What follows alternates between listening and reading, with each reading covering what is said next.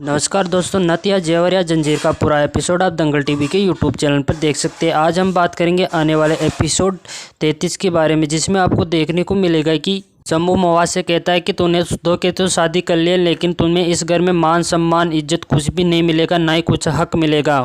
तुम एक नत उतराई की तरह रहोगी इस घर में, इसके अलावा कुछ भी नहीं रहोगी। शंभू ये सब कुछ कह के वहाँ से जाने वाला होता है, तभी महुआ वापस उसको रोक लेती है और महुआ शंभू को कहती है, अगर बोलने का जुनून रखते हो तो सुनने का भी जुनून रखिए। आप बड़े लोग हमारे छोटे मोटे लोगों का गला काट देते हो, आपकी चंगाचौंध के आगे हम कुछ भी नहीं कर सकते। इसका मतलब ये नहीं कि आप हमारे साथ जो चाहोगे वो करोगे।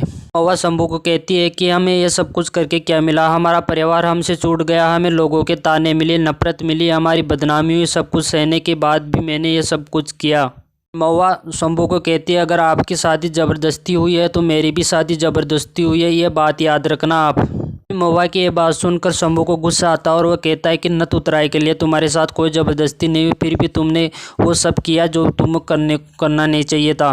कुत्ता हड्डी के पीछे भागता, जैसे मरीज पानी के पीछे दवाई लेने के लिए पानी के पीछे भागता, वैसे तुम्हें सिर्फ पैसों से प्यार था, इसलिए तुम नत उतराई के लिए हाँ बोली थी। शंभू की ये बात सुनकर महुआ के आंखों में आंसू आ जाता। वो कहती है कि मैं तो अपनी जीजी के लिए कुछ करना चाहती थी, मैं तो सब कुछ अपनी दीदी के लिए करना चाहती थी, चाहे जो सजा दे मुझे सब मंजूर है। दूसरी ओर आपको देखने को मिलेगा कि पद्मा अपने पति यानी कि रमेश ठाकुर को कहती है कि मेरा सिर्फ पूरा जोर आपका मेरे ऊपर चलता है और आपके कहीं चलती भी नहीं है, और अपने बेटे को समझाइए वो बूंदी से शादी ना करे। तभी रमेश ठाकुर अपनी पत्नी पद्मा को कहते हैं कि इसमें हम कुछ भी नहीं कर सकते, ये फैसला अम्मा का है। दूसरी ओर आपको देखने को मिलेगा कि राधे और बूंदी की शादी हो जाती है। दूसरी ओर आपको देखने को मिलेगा कि महुआ बूंदी से कहती है कि दीदी आपकी नाराज़गी जायज़ है, मैं आपके साथ गलत नहीं करना चाहती, समय आने पर आपको सब कुछ पता चल जाएगा। तो वह दूसरी ओर बूंदी महुआ को कहती है कि तूने मेरे शंभू जी को छीना, मैं तुम्हें कभी माफ़ नहीं करूँगी। तो वहीं दूसरी ओर राधे कहता है कि मैंने भैया के कहने पर आपसे शादी की, आपको हमेशा खुश रखूँगा। तो वहीं दूसरी ओर शंभू अपने आप को सोचता है कि आपके साथ जो भी हुआ वह गलत हुआ है, मुझे माफ़ कर देना। दूसरी ओर आपको देखने को मिलेगा कि बूंदी अपने आप को कहती है कि भले मेरी शादी राधे जी के साथ हो, लेकिन आपकी मांग का सिंदूर तो मैं बरती रहूँगी और हर एक सांस आपके नाम करूँगी, ऐसा वह शंभू के लिए कहती है। जैसे राधे और बूंदी के फेरे होते रहते हैं, तभी अचानक वहाँ पे एक औरत आती है और कहती है कि महुआ तुम्हारे बाबूजी की तबीयत बहुत ही ख़राब है, तुम्हें हॉस्पिटल चलना होगा। ये सब बातें सुनकर सबके होश उड़ जाते हैं। महुआ अपने पिताजी से मिलने के लिए हॉस्पिटल में जाती है और कहती है कि पिताजी आपने ये सब कुछ क्या किया। तभी उसके पिताजी कहते हैं कि मैंने कुछ नहीं किया, बस तुम्हारे चेहरे पे मैं नत नहीं देखना चाहता, तुम्हारे सिर पे मैं सिंदूर देखना चाहता हूँ, मुझे पसंद है ताकि तू एक गलत प्रक्रिया से बच सके।